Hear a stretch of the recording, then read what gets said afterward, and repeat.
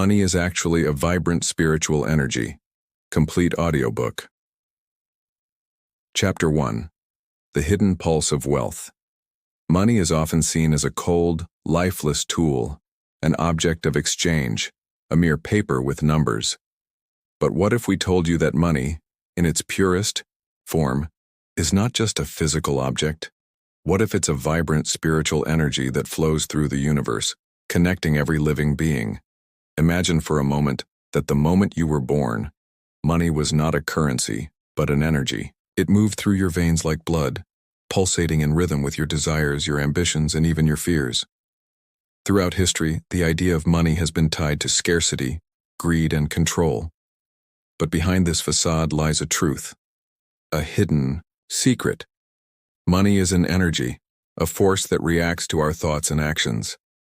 In this chapter, we explore the origins of money, not as a material object, but as a concept tied to human consciousness.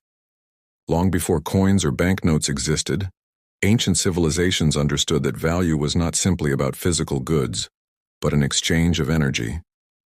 They believed that when one gave, they also received, and when one held too tightly to wealth, it would slip away like sand through fingers. Money, in its truest form, flows, just like the river that nourishes all life. But here's where it gets interesting. As the story unfolds, you'll see how this energy was manipulated by power structures throughout history. You'll be surprised to learn that the system we have today was not an inevitable creation, but a design to control the flow of energy itself. Chapter 2. The Energy Behind the Green. In this chapter, we dive deep into the mechanics of how money, as energy, works.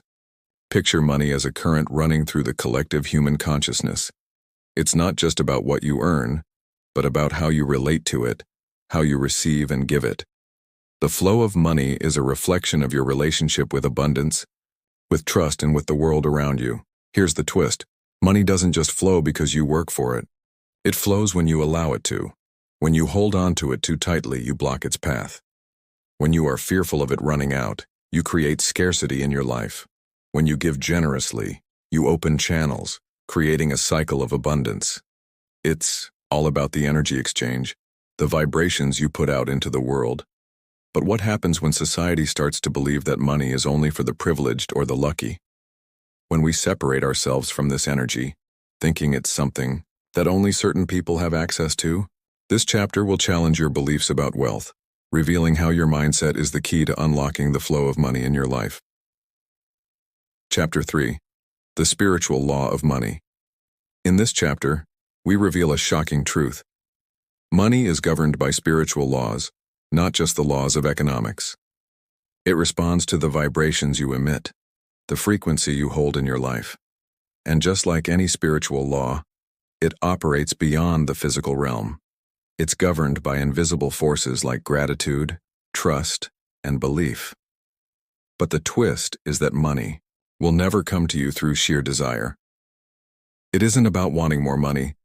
It's about aligning your inner energy with the flow of abundance. You've likely heard the phrase, money comes to those who need it the most. But that's only half the truth. Money doesn't come to those who need it desperately. It comes to those who are aligned with its energy. Think of the times when you've struggled to make ends meet. It's not because you don't deserve money. It's because your energy is blocked. Perhaps there's a fear you're holding on to or a limiting belief that tells you that money is only for others. This chapter uncovers the deep connection between your inner spiritual state and the material world. And as you uncover the truth about these laws, you'll be stunned to realize how close you are to unlocking the flow of wealth. Chapter 4. Breaking the Chains. Now that we understand the energy of money, the next step is understanding how to break free from the chains that hold us back from receiving it. The modern financial system has created deep-rooted beliefs in scarcity and competition, making us feel like there's not enough to go around.